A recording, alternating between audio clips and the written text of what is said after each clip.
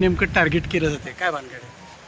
ही गोष्ट खरी आहे की कुठल्याही निवडणूक आले की बरीच लोक आणि काही यंत्रणा ही जाणीवपूर्वक मला टार्गेट करण्याचा प्रयत्न करतात आणि आज एकाएकी पाडण्याचा प्रयत्न केला जातो। वास्तविक पाहता आम्ही एवढं प्रामाणिकपणे सातत्यानं म्हणजे आघाडीमध्ये असो किंवा महायुतीमध्ये असो, मागचे आम्ही 20 वर्ष आघाडीमध्ये होतो त्यावेळेसुद्धा बरीच लोक आम्हाला टार्गेट करायची आणि आता आम्ही महायुतीमध्ये आहे तरीसुद्धा आता काही लोकांचं म्हणजे टार्गेट करण्याचा प्रयत्न केला जातो आणि काही जरी झालं तरी हर्षवर्धन पाटील या राजकीय क्षितिजावरती असता कामा नये अशा काही लोकांची व्यूहरचना ही सातत्यानं होती आणि ह्या भावना आमचा तळागाळातला जो कार्यकर्ता आहे तो बोलून दाखवतोय।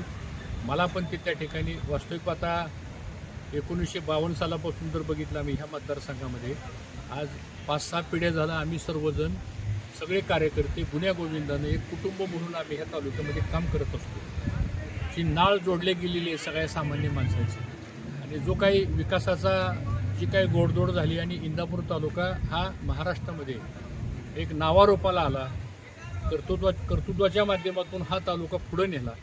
या तालुक्यातल्या सर्व जाती धर्मांना आणि सगळ्या समाजाला आम्ही सातत्यानं बरोबर घेऊन जातो। कधी आमच्याकडून चुकीचं वागलं जात नाही, कधी आम्ही अपशब्द वापरत नाही, कधी आम्ही दादागिरी करत नाही, कधी आम्ही गुंडगिरी करत नाही, कधी आम्ही गैरमार्गानं कुठल्या गोष्टी करत नाही। आम्ही एवढ्या मोठ्या सत्तेत असताना सुद्धा कधी आम्ही विरोधकाला सुद्धा कधी आम्ही त्रास दिला नाही। मग असं असताना सुद्धा निवडणूक आली की हर्षवर्धन पाटील हा टार्गेट करायचं, हे जे काही षडयंत्र आहे याबद्दल कार्यकर्त्यांच्या मध्ये एक तीव्र नाराजी आहे, त्या कार्यकर्त्यांच्यामध्ये एक असंतोष आहे आणि मला पण ते जाणवत आहे। आता बघा मागच्या वेळेस सुद्धा आम्ही आघाडीमध्ये होतो, लोकसभेच्या निवडणुकीला आम्ही प्रामाणिक काम केलं मागच्या वेळेस आघाडीमध्ये सुद्धा। आताही झालेल्या कालच्या लोकसभेच्या निवडणुकीला सुद्धा महायुतीचं म्हणून त्यांचा आमचा एवढा संघर्ष असताना सुद्धा आम्ही त्यांचं प्रामाणिक काम केलं। आम्ही आमच्या सगळ्या कार्यकर्त्यांनी म्हणजे एवढा संघर्ष असताना सुद्धा कार्यकर्त्यांनी प्रामाणिक काम केलं। पण असं असताना आता वेळ आली हर्षवर्धन पाटलाला एकटं पाडायचं, वेळ आली हर्षवर्धन पाटलाच्या स्वाभिमानी कार्यकर्त्याला अडचणीत आणायचं, आता वेळ आलेले यांचं राजकारण संपवायचं, यांचं समाजकारण संपवायचं आणि अशा पद्धतीनं आता बरीचशी काही लोक ही आमच्या विरोधामध्ये कटकारस्थान करतायत। हे मी नाही, सामान्य माणसं बोलतायत आणि ते अनुभवत आहे आम्हाला।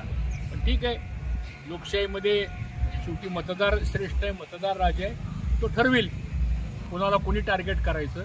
आणि मला विश्वास आहे की इंदापूर तालुक्यातला सामान्य माणूस हा आर्थिकदृष्ट्या जरी गरीब असला पण तो स्वाभिमानी आहे, तो राजकीय सामाजिक परिवर्तन बघणारा माणूस आहे तो, आणि म्हणून लोक ठरवतील कुणाला टार्गेट करायचं। पण आज तरी मात्र आम्हाला टार्गेट करण्याची प्रक्रिया एक मोठं षडयंत्र चाललेलं आहे, हे आम्हालाही जाणवतो, तो वासही आम्हाला येतोय, वेगवेगळ्या माध्यमातून माहिती आमच्यापर्यंत येते। मध्यंतरी तरी आमच्यावरच बंदी घालण्याचा प्रयत्न केला होता, आम्हाला गावागावात फिरून देणार नाही अशा प्रकारची पण काही वक्तव्य झाली होती। आता कदाचित तशा प्रकारची काही परत यंत्रणा वेगवेगळ्या माध्यमातून आमच्या बाबतीत घडते का काय असा प्रश्न निर्माण होतोय। मी तर त्याच वेळेस पत्रही दिलं होतं, ट्विटही केलं होतं की आम्हाला सुद्धा या राजकीय सामाजिक क्षेत्रामध्ये काम करताना भीती वाटते, असे काही घटना घडतायत आणि ती कदाचित पुन्हा आता टार्गेट केल्यामुळं काही घटना घडण्याची शक्यता सुद्धा नाकारता येईल।